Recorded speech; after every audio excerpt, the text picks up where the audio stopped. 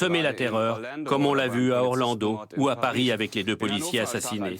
À Hanovre, une jeune fille de 15 ans, oui 15 ans, rentrée de Syrie, a poignardé un policier. Et les attentats de Bruxelles et Paris ont bien montré que le danger provient de jeunes islamistes, une nouvelle génération qui s'est radicalisée en Syrie, en Irak, en Afghanistan, mais qui est née en Europe, en France ou en Allemagne. Mais ces pays ne sont plus les leurs. Où se sont-ils perdus? Où les avons-nous perdus?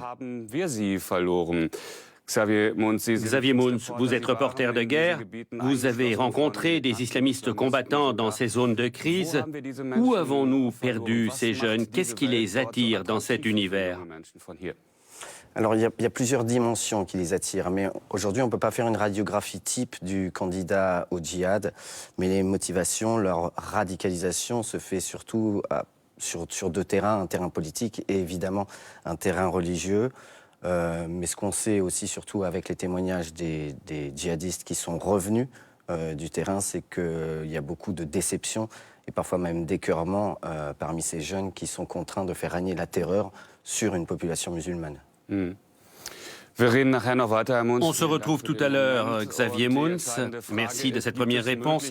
La question centrale est celle-ci. Est-il possible de déradicaliser ces jeunes hommes et, de plus en plus, ces jeunes femmes? Ou peut-on prévenir leur radicalisation? Les journalistes Albert Knechtel et Pierre-Olivier François ont enquêté dans plusieurs pays d'Europe. Génération Djihad. Madrid, Londres, Tunis, Bruxelles, Paris, Molenbeek. Il y a là un risque de voir ces attentats se répéter et malheureusement, je crois que c'est de l'ordre du vraisemblable. Attentats, procès, prison, sont-ils les seules réponses face aux jeunes radicalisés et aux djihadistes qui rentrent de Syrie? Ces jeunes s'auto-radicalisent. Vous n'avez pas des recruteurs qui viennent les chercher. Ces jeunes cherchent à être recrutés. 2011, début de la guerre en Syrie. 2014, autoproclamation par l'État islamique de son califat. Depuis, de plus en plus de jeunes Européens sont tentés par le djihad. Des jeunes gens venus de tous les milieux sociaux sont de fait attirés par cette promesse de sens, d'ordre, de discipline et par l'envie de vivre dans un État islamique. En Syrie et en Irak, il y aurait entre 5 et 6 000 Européens parmi les 20 000 djihadistes étrangers, surtout des Français et des Anglais, mais aussi beaucoup de Belges et d'Allemands. Que peuvent faire les États européens pour stopper ce flux ?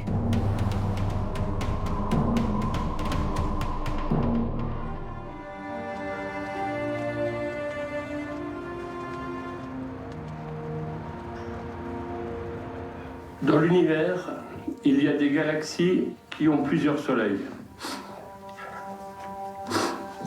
Moi, j'en avais 2. On me les a éteints. Mon fils Mathias et sa compagne Marie Loche ont été victimes d'une violence aveugle à l'âge de 23 ans, au Bataclan. Elle était investie. Elle croyait à la vie. On nous l'a pris. Marie, on est fiers de toi.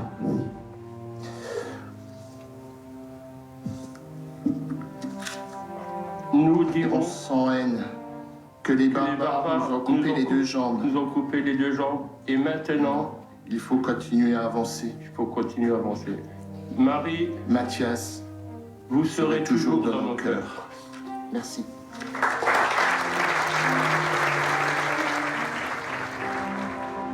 Le 13 novembre 2015, 130 personnes sont tuées à Paris. 4 mois plus tard, c'est au tour de Bruxelles d'être frappée. L'Union européenne est en deuil. L'Europe vit depuis longtemps avec le terrorisme. Depuis les attentats de Madrid en 2004, chaque 11 mars, elle rend hommage aux victimes. Mais en cette sanglante année, l'Europe s'interroge. Que faire face à la radicalisation croissante? La prison est-elle une solution? Comment protéger les jeunes contre l'omniprésente propagande de Daesh? Jamais l'Union européenne n'a été autant mobilisée pour lutter contre le terrorisme. Dans le domaine répressif, parce qu'il faut être répressif, mais il faut aussi beaucoup plus travailler sur la prévention, au plan local, avec les familles, avec la société civile, pour essayer de détecter le plus vite possible des signes de radicalisation, de sorte que l'on puisse apporter des réponses non sécuritaires à des jeunes qui basculeraient dans ce processus mortifère. Francfort. Réunion du Violence Prevention Network, une association spécialisée dans la prévention et la déradicalisation. Créée en 2001, VPN a longtemps lutté contre le radicalisme d'extrême droite. Aujourd'hui, VPN s'engage surtout contre l'islamisme radical. En Allemagne, le Land de Hesse est à la pointe dans ce domaine. Et face à l'explosion du problème, les effectifs de VPN ne cessent de croître. Hakan Çelik et Cuma Ülger sont à la fois travailleurs sociaux et musulmans pratiquants. Mon nom est Hakan Çelik. Je suis né ici à Offenbach. Qui d'autre vient d'Offenbach? Je m'appelle Cuma Ülger. Moi, je ne suis pas né en Hesse, mais dans la Ruhr. Et comme vous voyez, j'ai aussi un pédigré d'immigré.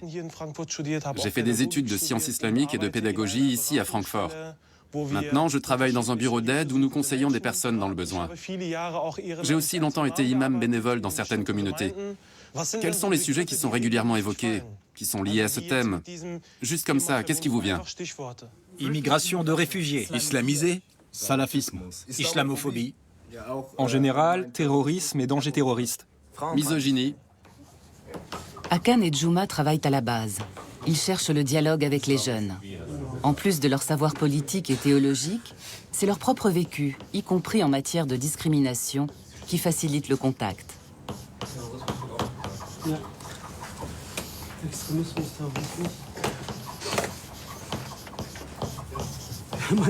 Mon histoire compte beaucoup, bien sûr. Cela permet de construire rapidement de l'empathie. Et je peux dire, OK, moi aussi j'ai connu ça. Et leur donner des conseils sur comment réagir. C'est tous des salafistes, là. Celui-là, le bricoleur, est particulièrement dangereux. Et lui, qui le connaît? Brad Pitt, encore un salafiste? Et celui-là, on en a déjà parlé. Vous l'avez bien dit, les aspects extérieurs ne suffisent pas à qualifier quelqu'un. Pédagogues, ils expliquent que salafisme ne rime pas forcément avec terrorisme. Il existe un salafisme spirituel, engagé politiquement et non violent. Mais ils attirent aussi l'attention sur les plus extrémistes, ceux qui savent séduire les jeunes. D'un point de vue négatif, il faut reconnaître que les salafistes sont les meilleurs travailleurs sociaux. Pourquoi? Parce qu'un adolescent qui vient d'un milieu familial déstructuré, qui manque de soutien, de spiritualité, de chaleur familiale, il cherche une famille de rechange. Et il peut la trouver chez les salafistes. Nous savons qu'il existe un autre concept de djihad dans la théologie musulmane. Dans ce cas, djihad signifie plutôt tendre vers, se donner du mal, s'efforcer. D'une certaine façon, un père qui s'occupe de sa famille fait également le djihad. Hakan et Cuma vivent activement leur foi. Au-delà de l'éternel débat islam libéral ou conservateur, ce qu'ils veulent surtout, c'est que de jeunes musulmans nés en Allemagne s'engagent dans les mosquées locales.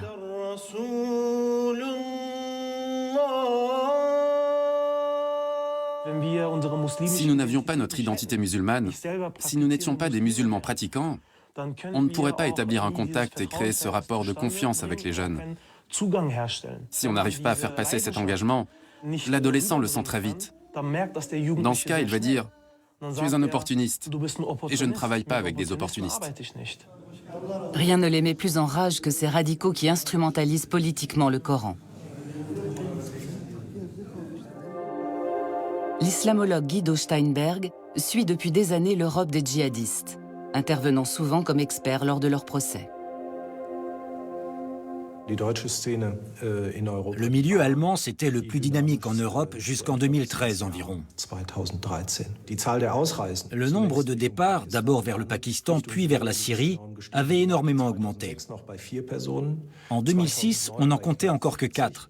En 2009, on en était déjà à 40 personnes, et entre 2013 et 2015, à plus de 700. Cela montre bien à quel point ce milieu était actif à cette époque. Mais à partir de 2013, l'Allemagne s'est fait doubler par la Belgique. La croissance de la scène djihadiste belge est vraiment incomparable en Europe.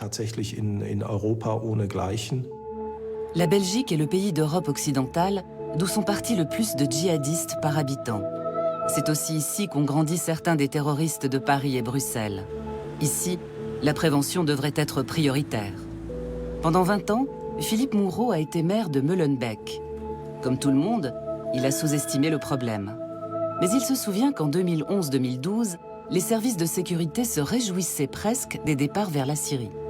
Au début, non seulement on ne les retenait pas, mais certains les encourageaient.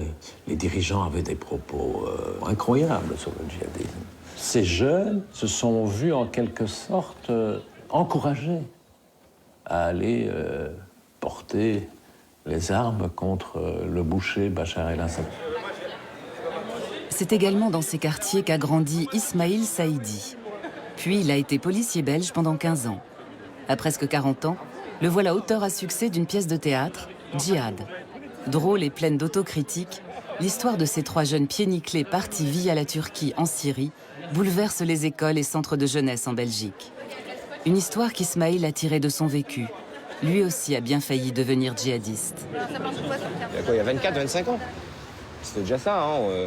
On te proposait d'aller en Afghanistan, défendre la veuve et l'orphelin, les frères qui se faisaient tuer là-bas par les Russes, enfin tout le tralala. Le recrutement se faisait au-dessus de tout le monde, finalement. Tu allais dans une mosquée, tu avais un imam qui te faisait toute une checklist de tous les bienfaits que tu pourrais gagner à partir. Et t'es ado, avec le petit problème identitaire en plus, et tu te dis, bah ouais, finalement, il a raison, on est en train de glander à rien foutre ici, on ne sert à rien, on est pourri par le capitalisme, il faut qu'on aille se battre, quoi. Ouais. Alors, elle est belle ou pas, la mosquée bleue? Bof, à Bruxelles, il y a mieux. À Bruxelles, il y a mieux que la mosquée bleue. Ah ouais, où ça? Bah, à Molenbeek. Quoi, il y a une coupole et des minarets, c'est possible, ça? À ton avis? Ouais, c'est vrai que c'est possible. Une fois, j'ai entendu dire que Molenbeek est en Afghanistan, alors... Tu vois, donc c'est possible. Surveillez bien la route. Quand vous voyez une voiture noire avec une ligne jaune dessus, c'est notre chauffeur. Le premier est d'autant plus strict qu'il est converti. Le second a raté l'école. La mère du troisième lui a interdit d'épouser sa fiancée chrétienne. Autant de failles qui vont leur ouvrir les voies du djihadisme. Mais ce qui a surtout marqué Ismail, c'est sa rencontre avec la mère d'un vrai djihadiste. Je l'ai rencontrée comment, Géraldine, c'était au tout début, je crois que c'était la 6e représentation. Elle me trouvait, elle était en larmes, elle m'a dit voilà, je me souviens très bien de sa phrase, qu'elle m'a dit merci, ça fait plus d'1 an que j'ai pari. Elle m'a parlé de son fils, qui n'était pas encore mort à l'époque. Et à ce moment-là, elle a commencé à revenir avec d'autres parents. Certains dans un état catastrophique, parce qu'elles avaient l'impression de revoir leur enfant là sur scène. Nous, ça nous faisait bizarre aussi, parce que quand je l'ai écrit, ce spectacle, il n'y avait pas encore autant d'engouement autour de ce sujet, ni des gens qui sont venus tuer, etc.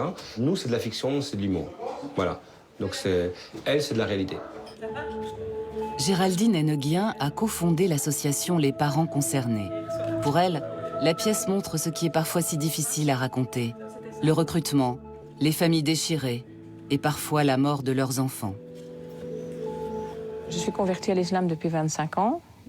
Comment je dirais, on est une famille musulmane, pratiquante.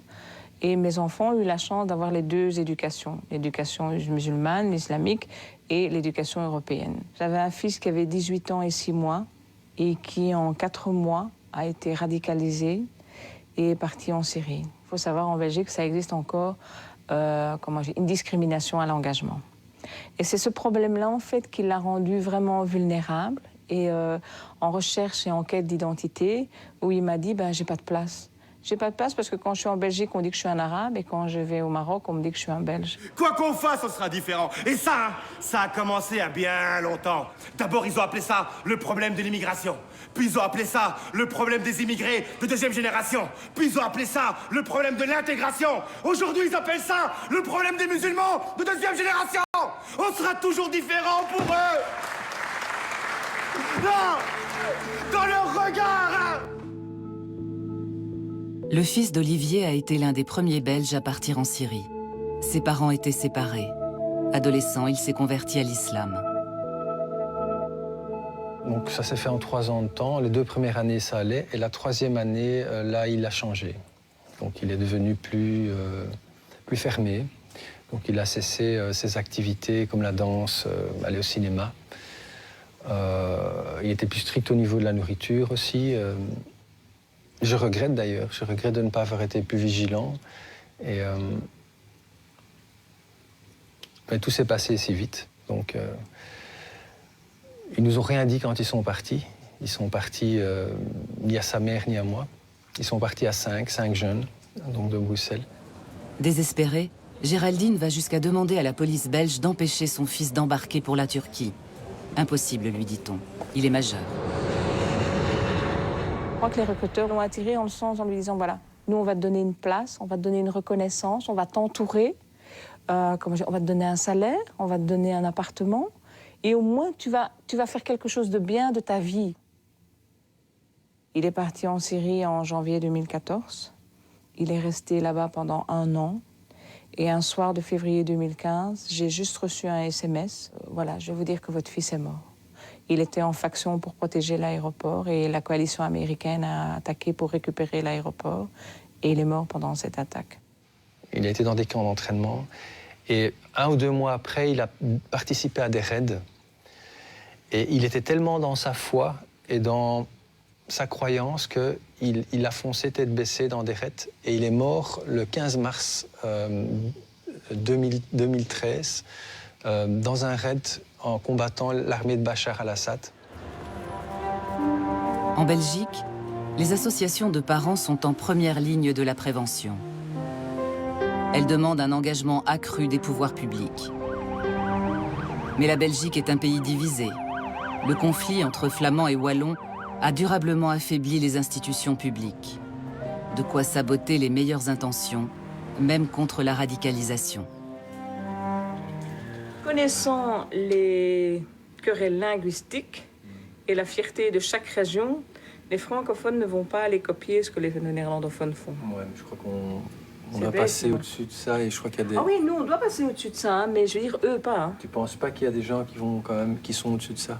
Je lui ai demandé, tiens, est-ce que vous allez vous concerter avec la région flamande pour peut-être faire quelque chose ensemble? Non, non, non, non, non, non. Les parents exigent un concept politique complet pour préparer l'avenir. La répression seule ne suffira pas. Oui. Quand on va dans les écoles, on a vraiment des jeunes qui nous disent, voilà, on a rencontré des experts qui nous ont parlé même pendant une demi-heure et on est resté vraiment imperméable. Et quand nous, les parents, on leur témoigne de notre vécu et qu'on les met en garde sur différents points, les jeunes nous disent « c'est vraiment génial » parce qu'on a pu mettre un visage sur le problème, on a compris la motivation de ces jeunes et on a compris la souffrance des parents.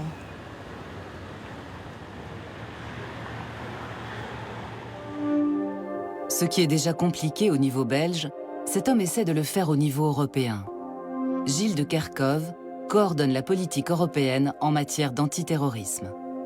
Il faut effectivement être extrêmement répressif à l'égard de ceux qui ont commis des actes terroristes lourds. Mais il peut aussi y avoir, ce dont on a parlé tout à l'heure, ceux qui reviennent désillusionnés, qui n'ont pas nécessairement du sang sur les mains et qui pourraient être disposés à entreprendre une sorte de programme de réhabilitation.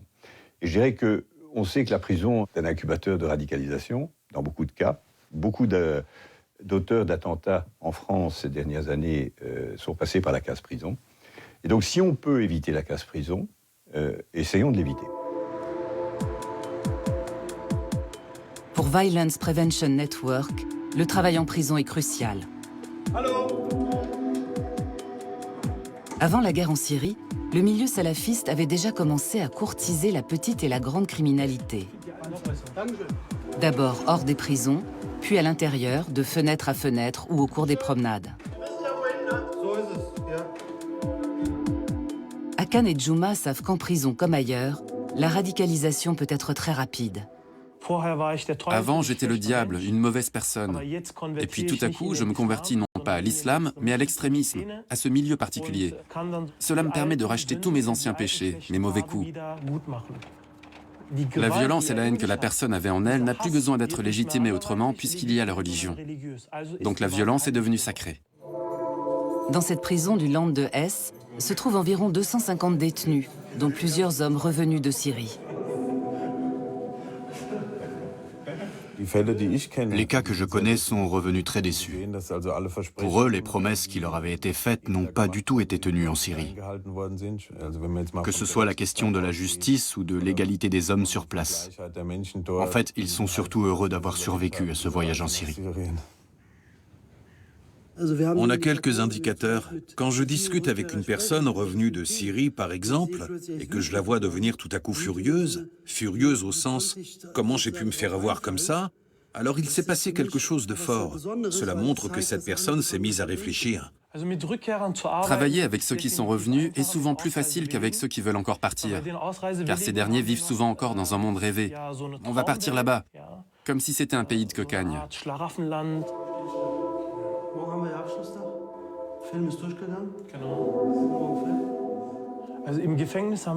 Selon les prisonniers avec lesquels nous travaillons, il faut être très attentif, parce que souvent, ils savent très bien masquer leur discours. Ce sont souvent de très bons acteurs. Et si on n'a pas le savoir-faire nécessaire pour comprendre pourquoi tel détenu accepte de participer à nos programmes, ou pourquoi il accepte de nous parler, alors on peut très vite se faire instrumentaliser. Toutes les rencontres avec VPN se font sur la base du volontariat. Certains prisonniers veulent raconter au plus vite leurs expériences. D'autres ont besoin de mois, voire d'années, avant de pouvoir commencer à s'ouvrir.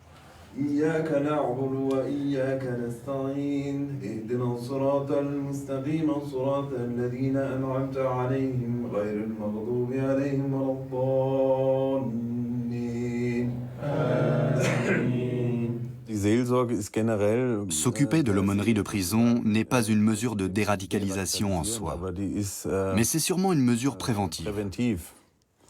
Quand les gens se sentent mieux, ils sont moins vulnérables à la radicalisation. Deuxième chose, l'enseignement religieux qu'on leur donne immunise aussi contre la radicalisation. Un de nos problèmes, c'est en effet que beaucoup de détenus ont très peu de connaissances. Quand ils en savent plus, ils deviennent moins rapidement victimes. C'est très important. Quand on peut éclairer ainsi la grande majorité, ils ont moins de chances d'être séduits par les slogans de certains radicalisés et d'être tentés de les suivre. Musulman est celui face à la main et à la langue duquel je suis en sécurité. Qu'est-ce que cela veut dire? Qu'il ne frappe personne, qu'il ne nuit à personne, qu'il ne fait rien de mal avec sa main et qu'il ne parle pas mal. D'abord qu'il n'insulte pas, mais aussi qu'il ne parle pas mal dans le dos des autres. Donc qu'il ne calomnie pas. La prison n'emploie l'imam Meyer qu'à temps partiel. Pourtant, la demande est grande. Parfois, il y a jusqu'à 70 participants à la prière du vendredi. Il est souvent arrivé que lors de la prière du vendredi, on évoque la Syrie. Et quand j'ai fait part de mon opposition très claire à ce sujet, souvent les détenus sont venus après la prière me dire qu'ils étaient contents que je l'ai fait. Car il y a deux camps parmi eux. Ceux qui sont pour le djihad et ceux qui sont contre. Et si la personne qui a l'autorité religieuse dit que ce n'est pas bien, alors leur fraction, ceux qui sont contre, se sent à la fois soulagé et renforcé dans son argumentation par rapport aux autres. Mais beaucoup de détenus ne prient pas du tout et sont uniquement intéressés par la violence. On dit souvent que c'est une islamisation du radicalisme et non pas une radicalisation de l'islam.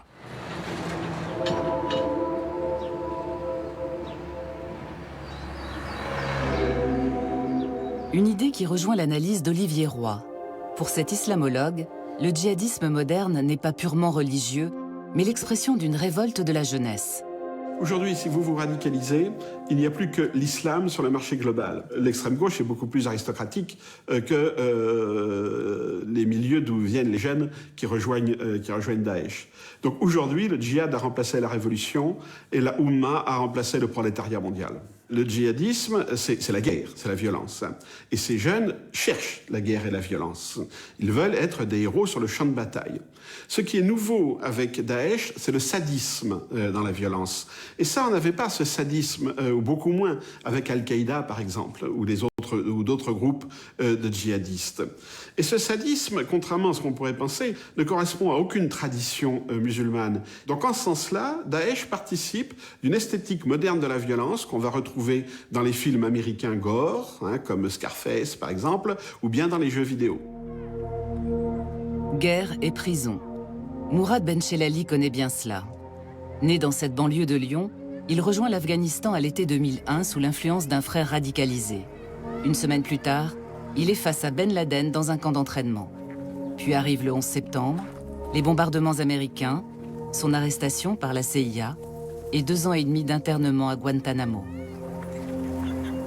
J'étais un gamin. Voilà, j'ai fait cette erreur de parcours et c'est comme ça que je me suis retrouvé à Guantanamo. Qu'est-ce que t'en penses, toi? Là-bas, ils souffrent. Il y en a combien de morts là-bas en Syrie, que ce soit en Syrie ou en Mali ou en Afghanistan? Il y en a combien qui meurent? Il y en a toujours. On voit, les jeunes, ça les touche de voir ces images de victimes, etc. Donc, peut-être leur expliquer aussi comment les interpréter. Je pense que moi, en racontant mon histoire, ça leur donne déjà une meilleure compréhension, une meilleure façon, justement, d'interpréter ces conflits. À son retour en France, Mourad est condamné à 2 ans de prison de plus pour appartenance à une organisation criminelle. Depuis 10 ans, il raconte son histoire pour tenter d'éviter un tel destin à d'autres jeunes. Quand j'étais en prison, il y avait des jeunes qui venaient vers moi et qui me disaient « Mourad, t'es un héros », parce qu'on a entendu dire que t'étais parti faire le djihad. Et quand on va sortir de prison, on va faire la même chose. Et là, j'ai compris qu'il y avait un problème. Je leur ai expliqué, je leur disais « Mais non, c'est pas du tout ça, t'as pas compris. Je suis pas parti pour ça, et d'ailleurs, si c'était à refaire, je le referais pas. » Et j'ai compris que ce serait bien, en tout cas, de raconter mon histoire, mais de façon responsable.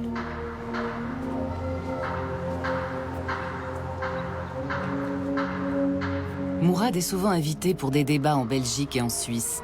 Son contre-discours est jugé crédible et convaincant. Mais le gouvernement français peine à soutenir sa démarche. Depuis Charlie, moi, le sentiment que j'avais eu, c'est qu'on s'est dit, bon, maintenant, il faut essayer de comprendre ce qui se passe. Qu'est-ce qui se passe chez notre jeunesse? Et puis, quand les gens se sont penchés sur le phénomène du djihad, ils se sont rendus compte que ça touchait aussi des familles qui n'étaient pas forcément d'origine musulmane, entre guillemets. Et donc, c'était plutôt pas mal. On commençait à chercher des solutions. Et puis après le 13 novembre, le choc que ça avait provoqué, on a eu une réponse sécuritaire très forte, comme l'état d'urgence, comme les assignations en résidence, les perquisitions, etc.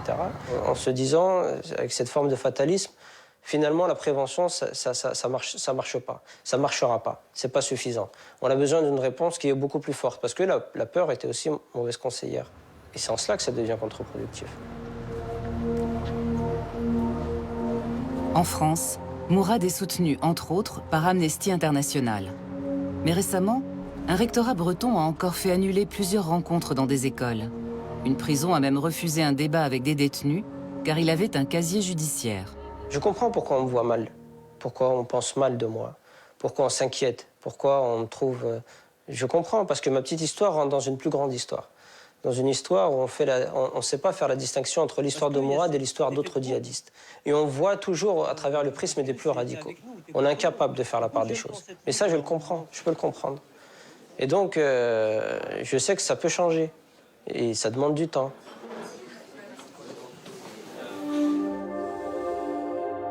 Jusqu'à sa démission en janvier 2016, Christiane Taubira était responsable des prisons françaises et donc très concernée par la propagation de l'islamisme. On a voulu croire que la radicalisation violente se faisait essentiellement en prison. Depuis début 2013, j'ai fait élaborer un indicateur pour mesurer les antécédents judiciaires des personnes qui étaient arrêtées, incarcérées pour actes terroristes ou pour complicité d'actes terroristes. Le taux était le même, environ 15%. C'est-à-dire qu'il y a environ 15% de radicalisation violente qui potentiellement s'effectue en prison. C'est un public captif sur lequel on peut prendre des décisions et appliquer ces décisions. Mais 85% de cette radicalisation violente se fait à l'extérieur, dans la société, notamment par les réseaux sociaux et par Internet.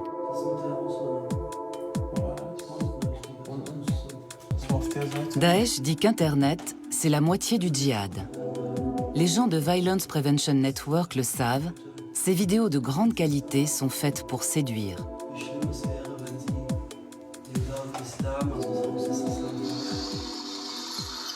Incroyable cette perspective. C'est fait par des pros. Ça t'emporte, on s'y croirait. Comme si t'étais directement assis dans le char. Akan et Djouma analysent régulièrement les dernières vidéos mises en ligne. Les vidéos de l'État islamique sont d'excellente facture, très professionnelles et très efficaces. On cherche à savoir quels sont les derniers enjeux évoqués, les débats en cours.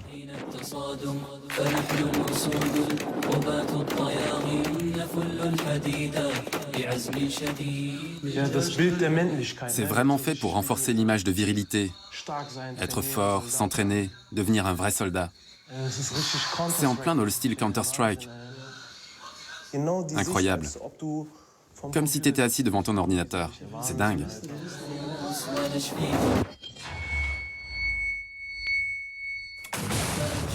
On le dit souvent, c'est un élément de la culture pop des jeunes. Et ça se voit dans leurs vidéos. Le fait d'utiliser différentes perspectives de caméra, le fait d'utiliser la perspective aérienne par exemple, comme dans certains jeux style Command & Conquer, ou les jeux de tir à la première personne, style Counter-Strike. On a vraiment l'impression d'être en plein dedans.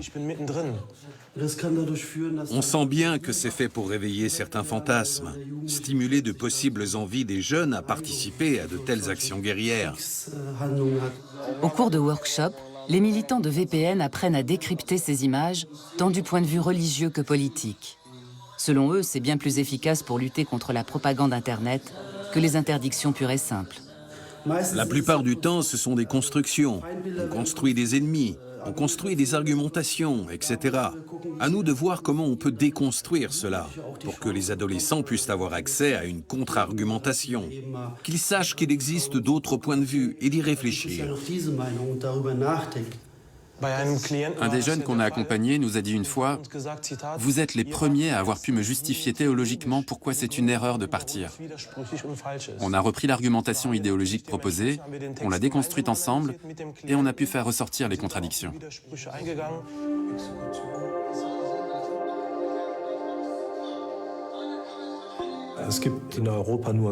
L'Europe compte jusqu'ici très peu de concepts de prévention éprouvés. En Allemagne, cette tendance à faire de la prévention n'a commencé qu'à partir du moment où les services de sécurité de certains Länder se sont tout à coup sentis dépassés par le problème. Chez les Français, c'est semblable. Ils réfléchissent aujourd'hui à la prévention après l'avoir refusée pendant des années. Longtemps, ils disaient « pas de prévention, la radicalisation ne nous intéresse pas ». Soit les jeunes islamistes se rendent coupables et ils seront punis, soit ils sont dans la légalité et on ne s'occupe pas d'eux. Ce n'était pas très perspicace.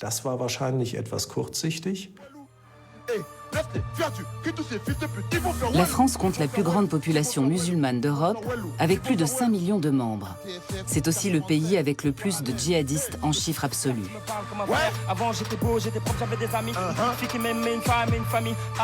Saint-Denis, en banlieue parisienne. Le mercredi soir, sur la web radio RTSF 93, c'est freestyle avec Alibi Montana et ses invités. Chacun peut rapper ce qui le tracasse. Amour et jalousie, mais aussi exclusion, discrimination, chômage, désespoir. Rien de très nouveau dans les banlieues de la République. Mais parfois, Alibi Montana est surpris par certains textes. Écoutez RTSF 93 sur 3W. Des fois, une ceinture autour de la taille, c'est des fois une solution. Enfin, j'ai déjà entendu des choses comme ça. D'accord. Mais est-ce que ça t'est arrivé d'une manière ou d'une autre d'en reparler ou pas? Oui, bien sûr. Souvent même. Dans le freestyle, parce que je trouve qu'ils vont trop loin dans la manière de dire ça, où j'ai l'impression qu'ils sont dans une idéologie. Cette web radio est soutenue par l'ARCEJ, une association de réinsertion pour l'enfance et la jeunesse. Depuis l'attentat contre Charlie Hebdo, l'équipe s'essaie aussi à la déradicalisation, à sa manière et hors de tout cadre institutionnel, mais avec de l'énergie et des contacts sur le terrain. Même si on ne peut pas savoir qui va basculer, mais il y a certaines personnes qui avaient déjà une attitude, voilà, assez violente, assez... mais il y en a qui n'ont pas du tout ce profil-là. Comme j'expliquais tout à l'heure, des bons vivants, des gens voilà, qui adorent aller en boîte, qui aiment séduire, et qui basculent comme ça. Et ben là, à ce moment-là, tu te dis, mais qu'est-ce qui s'est passé? Comment est-ce possible? Ensuite, Grâce à ses contacts, Jamel, le directeur de l'association, veut tisser un réseau informel de correspondants dans les quartiers chauds de Seine-Saint-Denis. De quoi sonner l'alerte au plus vite si un jeune venait à se faire remarquer. Les correspondants, bénévoles, ils peuvent en fait observer des choses que nous, de l'extérieur, on ne peut pas observer. Un changement d'attitude, une personne qui vient de l'extérieur, tout ça on ne peut pas l'observer, on n'est pas sur le terrain. Ils connaissent les jeunes, ils connaissent les familles, ils nous les orientent ensuite. L'intérêt est exclusivement là, dédramatiser et en tout cas utiliser des circuits courts. Rendez-vous avec un de ses correspondants. Pour pouvoir continuer à travailler discrètement dans son quartier, il souhaite rester anonyme. Certes, aujourd'hui, il y a une certaine prise de conscience. Avant, il y avait beaucoup de propagande. Voilà. Une partie des médias en faisait partie parce que à longueur de journée, quand vous dites que les jeunes partent en Syrie facilement, il suffit de prendre un billet, c'est très facile de s'y rendre, ben voilà. Ça incite quelques jeunes à partir. Ce qui font que les jeunes y dérivent, c'est le désespoir. Pas de formation, pas de travail, ils quittent l'école à 13 ans. Avant, ce qui faisait rêver les jeunes, c'était de vendre des barrettes de shit. Et maintenant, c'est de tirer à la Kalachnikov. Donc en fait, les jeunes ne se radicalisent même pas pour la religion, mais voilà, c'est un phénomène de mode. Ils veulent tous tirer à la Kalash, ils veulent tous partir en Syrie, ils veulent tous partir en Irak. Et ils partent et c'est arrivé là-bas qu'ils se rendent compte qu'ils ont fait une erreur. C'est pour ça que la prévention, elle est très importante. Grâce à des relais comme Diamel, ils sont réactifs tout de suite à partir du moment qu'on les interpelle. L'initiative de l'Arsège ne fait pas partie du projet central du gouvernement Stop Djihadisme.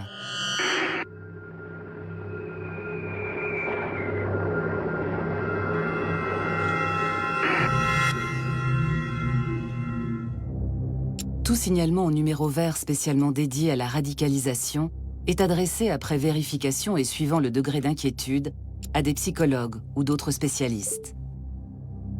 Mais que faire quand les autorités se retrouvent face à un problème qui ne cesse de progresser? Entre-temps, en effet, le numéro vert a reçu près de 10 000 signalements. L'État et le ministre de l'Intérieur font le maximum. Mais simplement, on est dans l'urgence.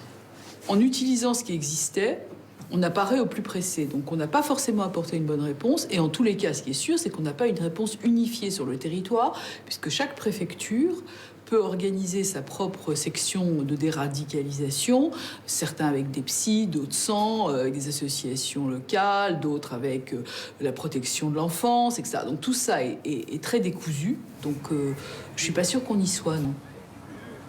Au projet. Nathalie Goulet dans sa circonscription. Même ici en Normandie, il y aurait plus de 400 radicalisés. Traumatisés par les attentats, l'opinion se montre souvent sceptique face aux enjeux de prévention. La sénatrice répond qu'il ne suffira pas d'enfermer la génération djihad pour ensuite l'oublier jusqu'au prochain attentat. Aujourd'hui, le citoyen, il n'a pas envie du vivre ensemble et il n'a pas envie de parler de prévention. Mais la criminalisation, la pénalisation et la répression ne règlent pas la question de la radicalisation. Plus on fait des lois criminelles et plus on a de gens qui se radicalisent. Si ça réglait le problème, on devrait avoir moins de gens radicalisés, or on en a plus. Donc ça nous conduit quand même à énormément de modestie. La complexité est grande. Comment la France en est arrivée là? Qu'est-ce qu'on a raté pour que nos enfants, les enfants de la République, arrivent à avoir ces comportements-là? Le credo de Nathalie Goulet, c'est de recréer à tout prix du lien citoyen. Dans la petite ville de Vimoutier, la communauté musulmane locale a ouvert ses portes. Préfet adjoint, sénatrice, maire et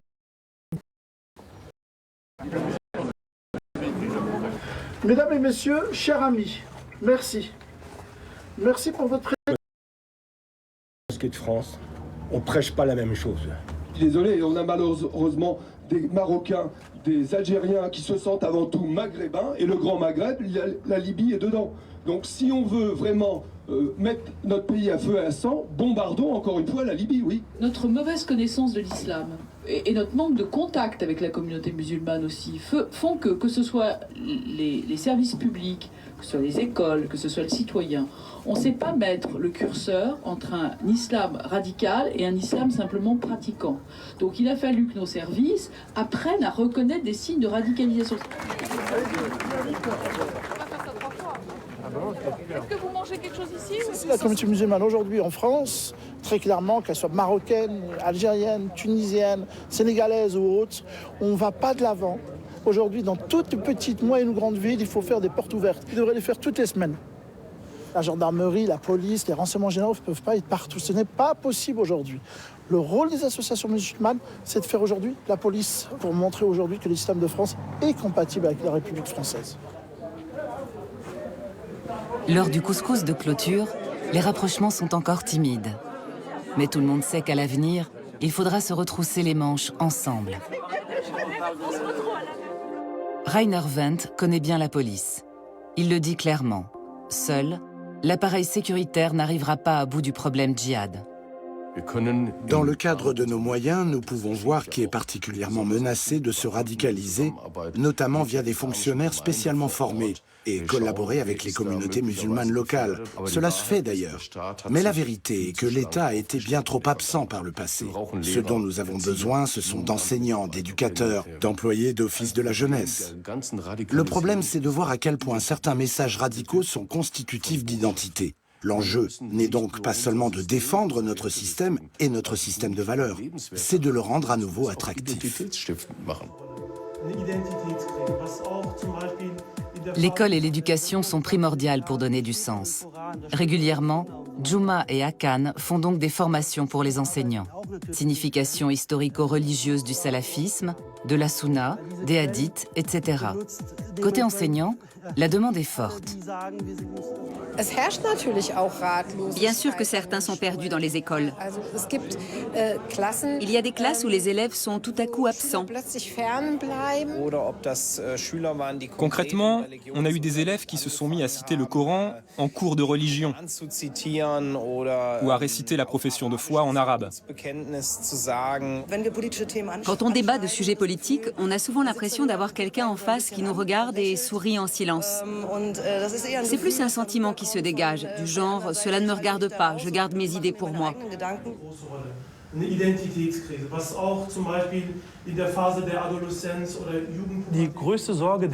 La principale inquiétude des enseignants, c'est, je crois, la peur. La peur que si l'un ou l'une d'entre eux ne fait pas la bonne chose, il sera tenu pour responsable. Résultat, on assiste souvent à des réflexes du genre « il faut que j'assure mes arrières ». Donc je vais faire un signalement a priori de cet élève, plutôt que de réfléchir un peu et de voir comment il ou elle peut entrer sincèrement en contact avec le jeune. Et c'est justement ça dont les élèves ont besoin. Sans oublier une possible coopération entre mosquées et écoles. On n'est pas obligé d'aller jusqu'à des cours de religion musulmane, mais au moins une communication, un échange, pour que nous sachions ce qui se passe avec nos élèves à la fin des cours. Les cours de religion, musulmane ou non, font l'objet d'un large débat dans la société allemande, et aussi lors de la formation. Si vous me permettez, pour moi, un cours de religion musulmane peut vraiment avoir un effet préventif. Je suis absolument opposé à l'introduction de cours de religion musulmane. De tout cours de religion monothéiste d'ailleurs. Parce que sinon, il faudra inclure les autres religions. À mon sens, les cours de religion musulmane aident aussi à l'intégration des jeunes musulmans. Il faut bien être conscient qu'on a affaire à une génération qui grandit sans ces cours, mais qui a une vraie demande de religion, parfois dès l'école primaire. Faute de réponse, elle va chercher ailleurs.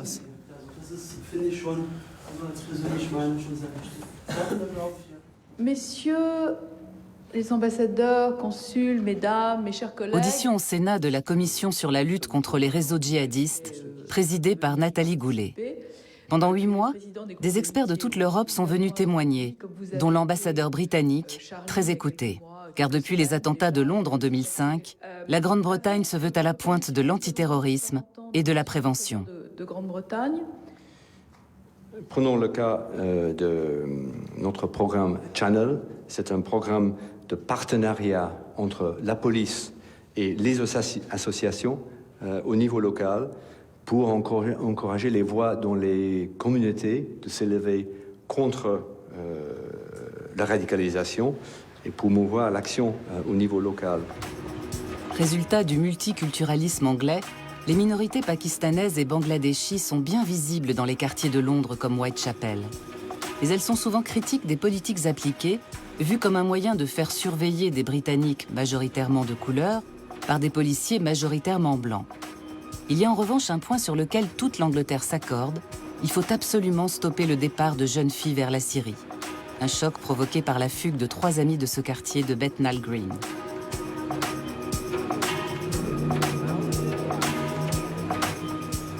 The girls are believed to have fled to Syria to join the Islamic State extremist group. All 15 and 16 years old and said to be straight-A students from the same East London school. Jamais dans l'histoire, les femmes n'avaient été autant impliquées dans un mouvement guerrier. Elles veulent être les mères de la prochaine génération de combattants, elles veulent être de bonnes épouses pour les combattants, et jusqu'ici, elles semblent être heureuses dans ce rôle. Cela n'en fait pas nécessairement un mouvement antiféministe, mais presque ultra-féministe. Elles disent « Je suis tellement maître de mon destin, je peux décider consciemment de rester à la maison ». C'est ce choix que leur a donné le féminisme.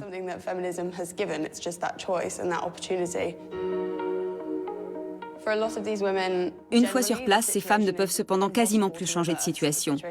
Nous savons qu'elles n'ont pas le droit de quitter seules sans autorisation leur domicile.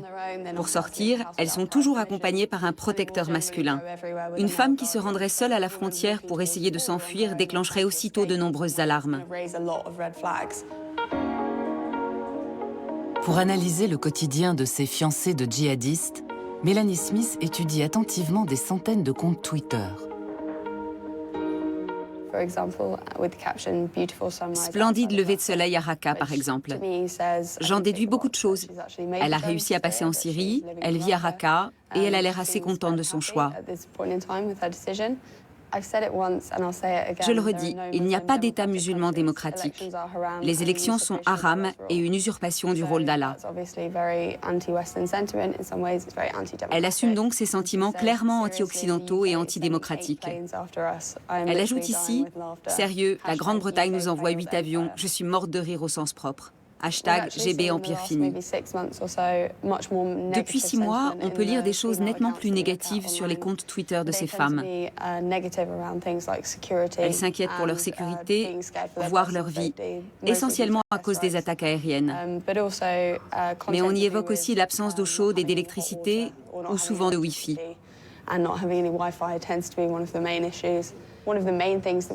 Une des plus sérieuses préoccupations est l'absence de centres médicaux avec des commentaires très négatifs sur cette absence d'accès à la médecine. C'est bien sûr un enjeu, quand tant de femmes enceintes ou qui veulent l'être cherchent un endroit sûr pour accoucher. Pour venir à bout de la crise djihadiste, l'Institut britannique mise, comme tant d'autres, sur les contre-discours et l'éducation dans les écoles. Mais Mélanie Smith souligne aussi qu'il est temps que l'Europe traite de manière un peu moins crispée l'enjeu de l'extrémisme. Il faut que nous ayons une discussion franche au sujet de la radicalisation. Cela ne peut pas rester un tel tabou. C'est un sujet qui intéresse les jeunes, tout comme la drogue, les bandes criminelles, les activités sexuelles non protégées. On pense souvent que toute radicalisation est mauvaise. Je ne le pense pas. Nous avons besoin de personnes radicales pour faire progresser notre société. Mais il faut que les adultes et les enfants apprennent qu'il y a une nette différence entre des extrémistes et des extrémistes violents. De telle sorte que quand des jeunes sont soumis à la propagande sur Internet, ils sachent que c'est de la propagande, que c'est nuisible et que cela peut mener à l'extrémisme. Oussama Hassan est membre de la fondation Kiliam, un des principaux conseillers du gouvernement britannique en matière de prévention. J'ai entendu cette semaine d'une source fiable que le recrutement de jeunes épouses pour djihadistes a baissé de presque 90%. Je suis optimiste. L'intérêt pour l'État islamique baisse. Il ne gagne plus, perd chaque jour du terrain. Mais tout comme il a fallu une génération pour en arriver là, il faudra au moins une génération pour y mettre fin. Dans sa jeunesse, Hassan était un dirigeant salafiste. Lui-même s'est battu en Afghanistan et a fait envoyer des dizaines de combattants au front en Bosnie. Aujourd'hui, il est menacé de mort par Daesh. Sa propre mosquée à Londres l'a mis à pied parce qu'il exigeait une meilleure éducation pour les filles musulmanes. Tous les dirigeants de Kiliam sont des anciens islamistes. En gros, on croyait et se battait pour la même chose qu'Al-Qaïda et l'État islamique. Je n'étais pas le seul. Mais cela n'a jamais été facile de changer. Quand on regarde les grandes évolutions politiques ou religieuses dans le monde, il a toujours fallu payer un prix. J'ai grandi dans le Londres des années 70 et 80. À l'époque, la Grande-Bretagne était hélas bien plus raciste. Mais en une génération, l'évolution a été importante. On a des ministres musulmans. Et maintenant, on a un maire de Londres musulman. C'est historique. Et c'est un signal fort contre les extrémistes, contre Daesh et Al-Qaïda. Car eux ne font que répéter que les musulmans ne peuvent cohabiter nulle part avec des non-musulmans. Et qu'ils ne pourront survivre que dans un État purement musulman, avec une autorité religieuse très stricte. Cette campagne web développée par l'ONG Active Change est un moyen efficace contre la propagande de Daesh. Because your caliphate doesn't represent the Ummah. Because it's totally un-Islamic. Because you're killing innocent people. Because you're unjust.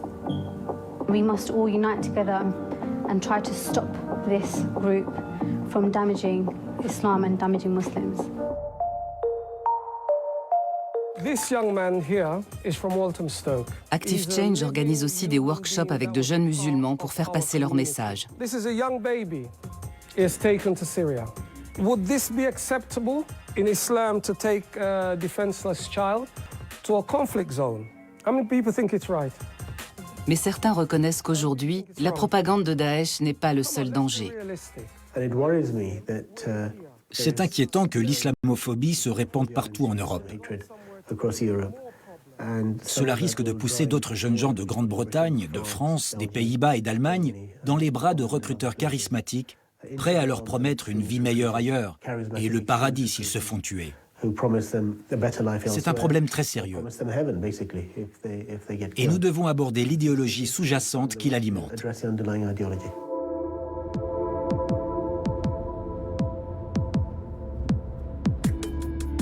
Depuis un certain temps, hommes politiques et experts en sécurité ont réalisé que le terrorisme ne sera pas seulement vaincu en Syrie ou en Irak, mais qu'il faut gagner aussi contre lui ici, dans nos pays, là où sont nés les jeunes qui veulent partir. Toute personne qui s'est fortement radicalisée peut potentiellement devenir l'auteur d'un attentat qui tuera des centaines de personnes avant de se tuer lui-même. C'est ce qui nous pousse et nous motive. En resocialisant ces jeunes hommes radicalisés, on peut aussi sauver une centaine de vies humaines. Trop souvent, ces nombreuses initiatives sont encore le fruit de l'engagement de groupes particuliers. Ce qui manque, c'est un soutien politique et financier durable. Mais les premiers résultats sont encourageants.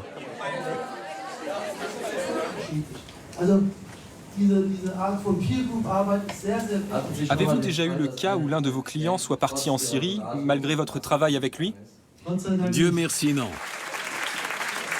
La peur ne peut pas être un état d'esprit ni collectif, ni politique, ni permanent. La responsabilité politique est évidemment d'être honnête avec les citoyens en leur disant la mesure du péril, mais de ne pas créer de l'anxiété chez les citoyens.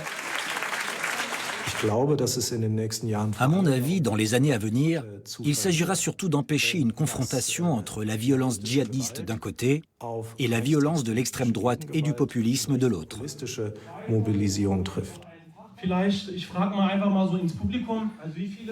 qui m'a fait du bien, c'était de me mélanger avec d'autres détenus, justement. Ça a été de faire du sport, ça a été d'aller à l'école, d'aller à la bibliothèque. C'est ça qui me faisait du bien. Penser à autre chose. Si à ce moment-là, on m'avait mis dans un quartier dédié avec des personnes qui pensent qu'au djihad, là, ça aurait été beaucoup plus difficile de me reconstruire. Je voudrais que les parents fassent attention à leurs enfants et qu'ils ouvrent vraiment le dialogue. Et que ce dialogue soit ouvert, quel que soit le sujet. Et ne pas considérer qu'un sujet peut être tabou, parce que si les jeunes avaient eu des réponses à leurs questions, ils ne seraient pas allés la chercher ailleurs. Not in my name. Not in my name. Not in my name. Not in my name. Not in my name. Not in my name. Not in my name.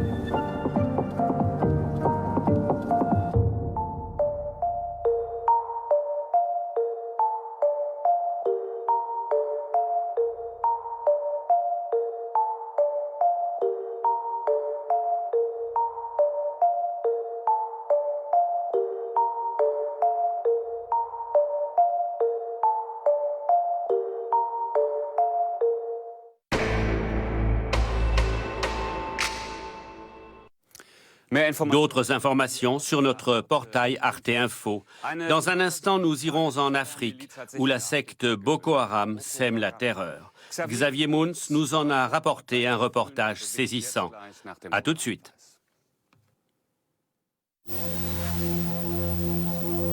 Je vais essayer de m'expliquer moi-même à partir de quand tout ça a commencé. Un mari idéal. Pour toi, Christine, et les enfants. Un père parfait. Et pourtant... Tout ce que j'ai fait, bien ou mal, c'est pour vous. Parce que je vous aime. D'après une histoire vraie, L'adversaire de Nicole Garcia. Demain à 20h55 sur Arte. Guapo, hermano! Demain, je m'engage en Indochine. Tu vas me manquer. Tous les trois ici. Le rêve. Tu peux me dire ce que ton ami Gérard fabrique? Des armes. Mais des armes à l'ennemi! Trahir. Au fond, c'est toi. Tu me manques. Et mentir. Se faire niquer à ce point. Faire l'amour et faire la guerre. Saigon, l'été de nos 20 ans. Vendredi à 20h55 sur Arte.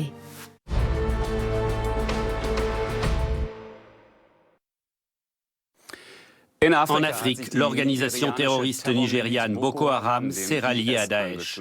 Au sud de la Libye, les terroristes islamistes ont pénétré profondément dans le continent africain. Le monde découvre Boko Haram en 2014, lors de l'enlèvement de près de 300 lycéennes au Nigeria. Mais cette organisation existe depuis près de 15 ans et a plus de 20 000 assassinats à son actif. Le reporter de guerre Xavier Mounz retrace pour nous la trajectoire de Boko Haram, une secte non violente devenue une organisation terroriste féroce. Nous verrons son documentaire dans un instant. Xavier Mounz, un film sur Boko Haram, ce n'est pas vraiment possible. Comment avez-vous pu travailler là-bas? La principale difficulté pour travailler sur Boko Haram, c'est l'accès à la région, puisque c'est un théâtre d'opérations militaires. Et tout est verrouillé par l'armée. Donc sans accréditation de l'armée, c'est très difficile de travailler au nord du Nigeria. Donc je n'ai pas toujours eu cette accréditation, mais j'ai réussi à me débrouiller pour pouvoir travailler correctement. Ce tournage a été extrêmement dangereux. Vous vous êtes protégé comment? Alors, c'est pas un tournage qui, pour moi, est extrêmement dangereux. La zone est très dangereuse. La zone est attaquée toujours par Boko Haram. Mais là, j'étais pas en première ligne, j'étais pas en ligne de front. La meilleure protection pour ce genre de tournage, c'est la discrétion. Les militaires nigérians avaient exigé que je me déplace uniquement avec une escorte militaire. Mais moi, je peux pas travailler avec ce genre de conditions. D'ailleurs, les militaires l'ont exigé aussi pour savoir à qui j'allais parler, où est-ce que j'allais et qui je voyais. Et donc, la meilleure protection, c'est la discrétion. Voici Boko Haram aux origines du mal, un film coup de poing de Xavier Mounz avec des images pouvant heurter. Attention, ce programme comporte des scènes de violence physique ou psychologique qui peuvent heurter les personnes sensibles.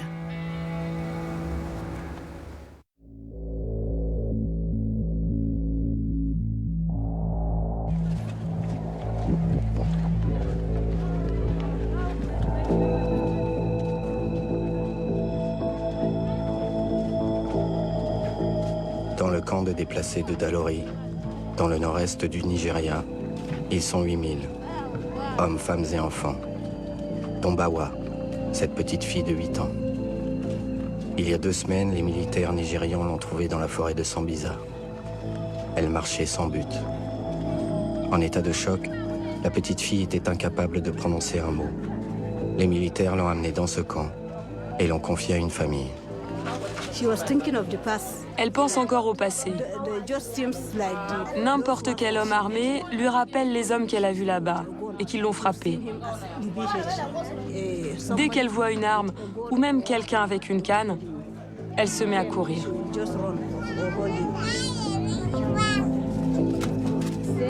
Maintenant, elle fait des progrès. Ce n'est plus comme avant.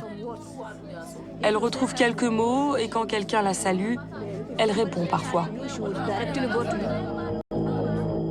Progressivement, Bawa apprend à revivre auprès de sa nouvelle famille. Cette petite fille a perdu ses proches, sa maison. Depuis 2010, tout le nord-est du Nigeria vit dans la terreur d'un djihad sanguinaire.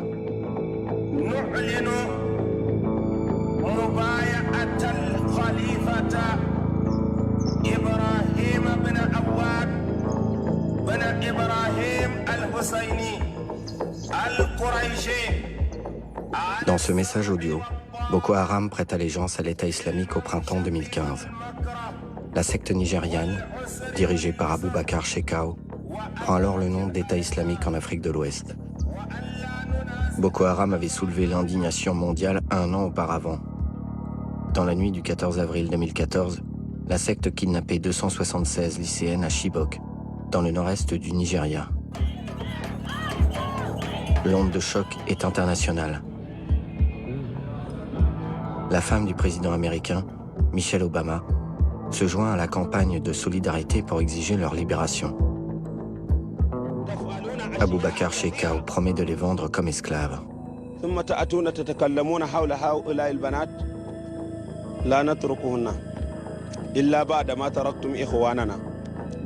Aux yeux de tous, Boko Haram prend alors le visage de la barbarie.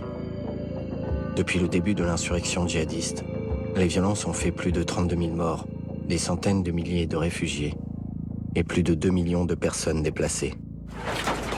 Pour comprendre comment la secte est devenue un des groupes terroristes les plus meurtriers au monde, il faut se rendre dans le nord-est du Nigeria, dans la capitale de l'État du Borno, à Maiduguri, le berceau de Boko Haram.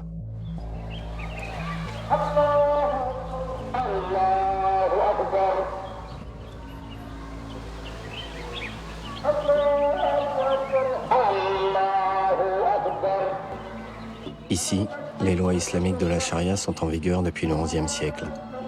Mais leur champ d'application n'a cessé de diminuer ou de s'étendre, au gré des aléas de l'histoire.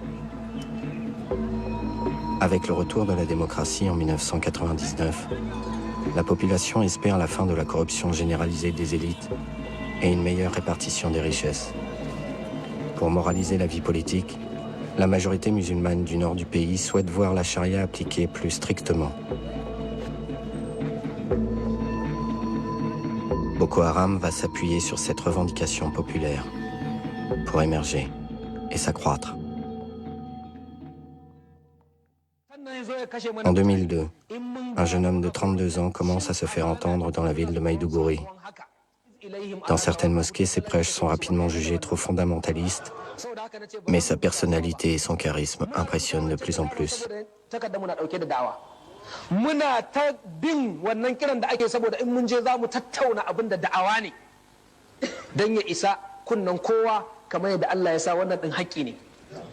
Mohamed Youssouf, le fondateur de Boko Haram, se fait vite de nouveaux adeptes. J'ai rencontré Mohamed Youssouf plusieurs fois avant sa mort. Foulan Nasrullah est un proche des milieux djihadistes. Il affirme avoir des contacts directs avec Boko Haram. L'homme a suivi de près l'évolution de la secte et de ses leaders. Il pouvait être quelqu'un de très agréable à fréquenter. C'était un type sympa, un homme bien. Il avait ce don pour parler en public. Cette capacité de tordre l'esprit des gens. Les gens du peuple le soutenaient. Pas forcément pour son idéologie religieuse, mais ils avaient le sentiment que Youssouf exprimait des idées qu'ils étaient incapables d'exprimer eux-mêmes. Il dénonçait les dirigeants politiques. Il dénonçait leur hypocrisie et le fait qu'ils manipulaient le peuple pour mieux le tromper et arriver au pouvoir.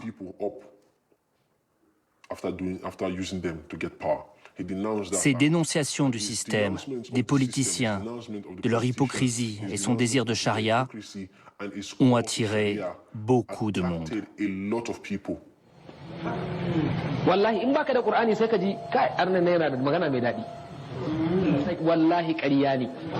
Menene dalili? Allah ya ce yurdunakum za su gamsar da ku bi afwahihim da bakunan su wa ta'aba qulubuhum amma zuciyarsu ta ki da abin da suke faɗa ba ta yarda da abin da suke faɗa ba.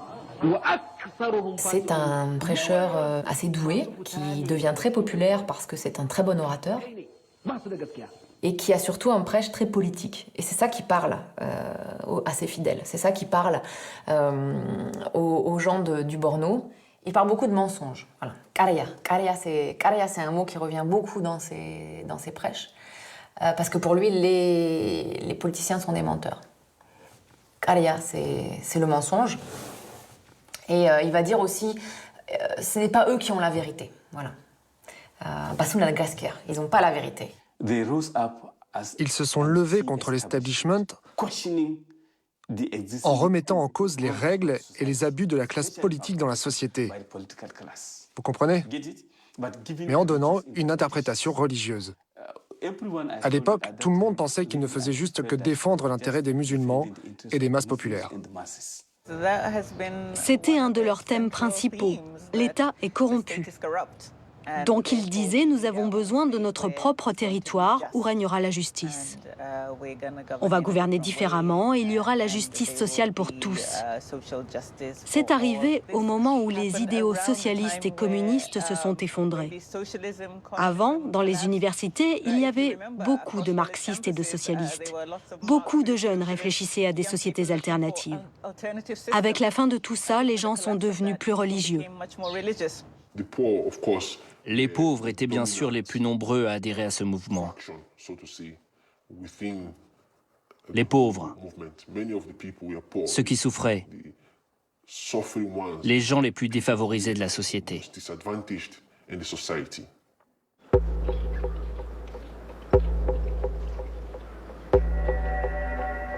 Le message de Youssouf séduit rapidement dans cette région pauvre, où le taux de scolarisation n'atteint pas les 5%. Les Britanniques laissent aux dirigeants du Nigeria indépendant un pays profondément divisé. Le Sud, riche en pétrole, regroupe les communautés chrétiennes qui ont profité des programmes d'éducation mis en place par l'ancienne puissance coloniale. Au Nord, pauvre et rural, les communautés musulmanes sont majoritaires. Dans certains milieux traditionnels, l'éducation occidentale est toujours perçue comme une prolongation coloniale.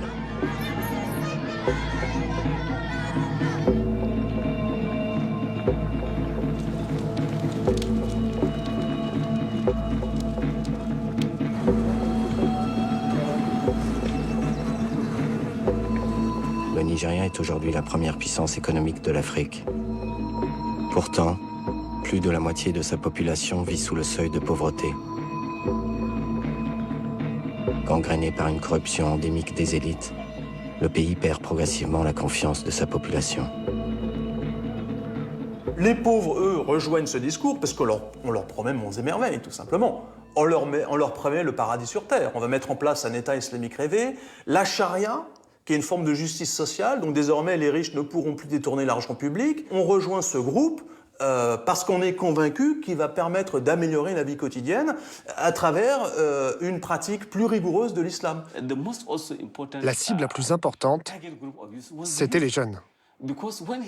Quand il parlait, les jeunes écoutaient, ils sentaient qu'il les représentait, et ça, ce fut le point de départ.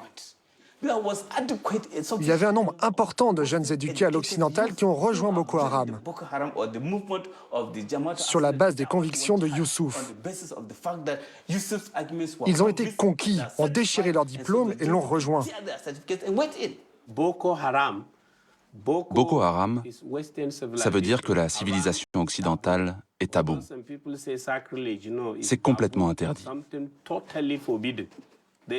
Certains parlent d'éducation occidentale, mais ce n'est pas seulement ça. Il est question de la civilisation occidentale. Tout ce système démocratique est interdit. Comment une femme peut diriger un homme? Comment un non-musulman peut diriger un musulman? C'est ce qu'ils disent. Les enfants des hommes politiques, les enfants des officiers de l'armée, les enfants des policiers, les enfants des agents de sécurité qui sont allés dans les meilleures écoles, au Royaume-Uni, en France, en Arabie Saoudite, aux États-Unis.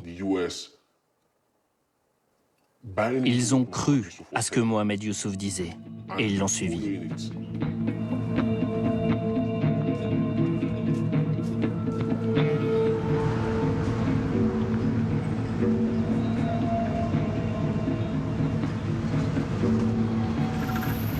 Mohamed Youssouf va monter sa propre mosquée dans un quartier plutôt déshérité, près de la gare de Maïdougouri. Les gens sont intrigués, ils sont curieux. On a même des récits où il y a des ministres du gouvernement d'Idriss Déby au Tchad qui font le déplacement depuis N'Djamena, c'est pas très loin, hein, Maïdougouri depuis N'Djamena, et qui viennent écouter les sermons de Youssouf jusqu'en 2009, donc dans sa marcasse, dans son centre religieux. Ça attire les gens, il y a beaucoup de curiosité sur ce rejet radical de l'État tel qu'il existe au Nigeria. D'ailleurs, on me racontait, les voitures qui sont garées devant la marcasse de Mohamed Youssouf, c'est des voitures luxueuses. Hein. Il y a des Mercedes, des 4x4 rutilants, avec les vitres fumées auxquelles seuls les officiels ont droit. Donc on voit bien qu'il y a des gens de haut niveau qui viennent fréquenter la marcasse. Encore une fois, ça ne veut pas dire qu'ils adhèrent aux idées. Mais ça les intéresse, qu'est-ce que c'est, qu'est-ce qui se passe là-dedans. Donc c'est bondé de monde, c'est un endroit populaire. Youssouf, comme tout bon salafiste, effectivement a aussi une dimension sociale, donc il va nourrir les orphelins, les enfants de la rue, etc., qui vont se greffer autour de sa marcasse, qui est plus qu'une simple mosquée.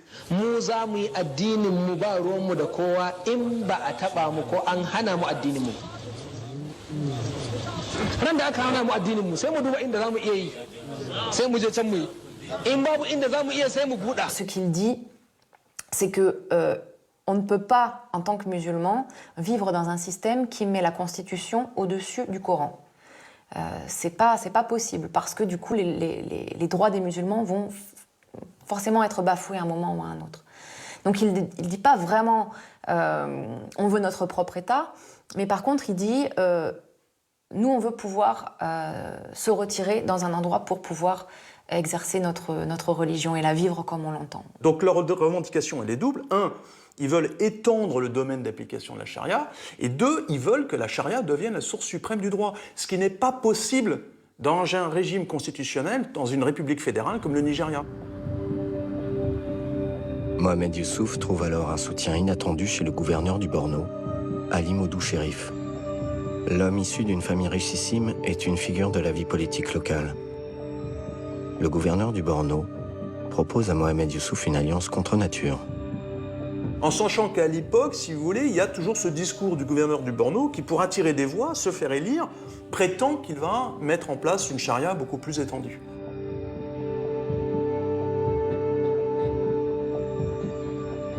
Sharif s'engage à appliquer correctement la charia, en échange de quoi on peut supposer, je dis bien supposer, que, disons, Mohamed Youssouf, qui pourtant vilipendait le système démocratique, n'a pas interdit à ses fidèles d'aller voter en faveur d'Ali Modou Chérif. Ali Modou Chérif avait besoin de Mohamed Youssouf pour rester au pouvoir et accumuler plus de pouvoir. Mohamed Youssouf avait besoin de Ali Modou Chérif pour faire tampon entre lui et le gouvernement. L'argent, bien sûr, a joué un rôle important. Je veux dire l'argent d'Ali Modou Chérif et du gouvernement du Borno pour Mohamed Youssouf. Il s'avère qu'Ali Modou Chérif, pour plein de raisons, n'a pas pu et n'a pas voulu sans doute appliquer la charia comme l'a demandé Mohamed Youssouf, et la brouille est consommée. Et à ce moment-là, effectivement, Mohamed Youssouf vilipende publiquement. On a quelques sermons où il ne nomme pas Ali Modou Chérif, mais on voit très bien à qui il fait référence comme étant un ennemi de l'islam. Kaifa yaya za a bar ku a rika ta cewa zaman lafiya a ce ana da alƙawari tsakaninsu da Allah da manzon Allah bayan wa in yazharu alaikum in su sun samu ƙarfi a kanku la yarqubu fikum ba za su kiyaye a cikin ku ba illan dangantaka wala zimma ko alƙawari. Les prêches de Youssouf sont quand même très clairement anti-État et sont très violents dans les mots. Après, Youssouf s'est pas lui-même engagé dans la lutte armée contre l'État. Mais il portait quand même un discours qui forcément était inquiétant pour les autorités. Et le fait qu'il soit très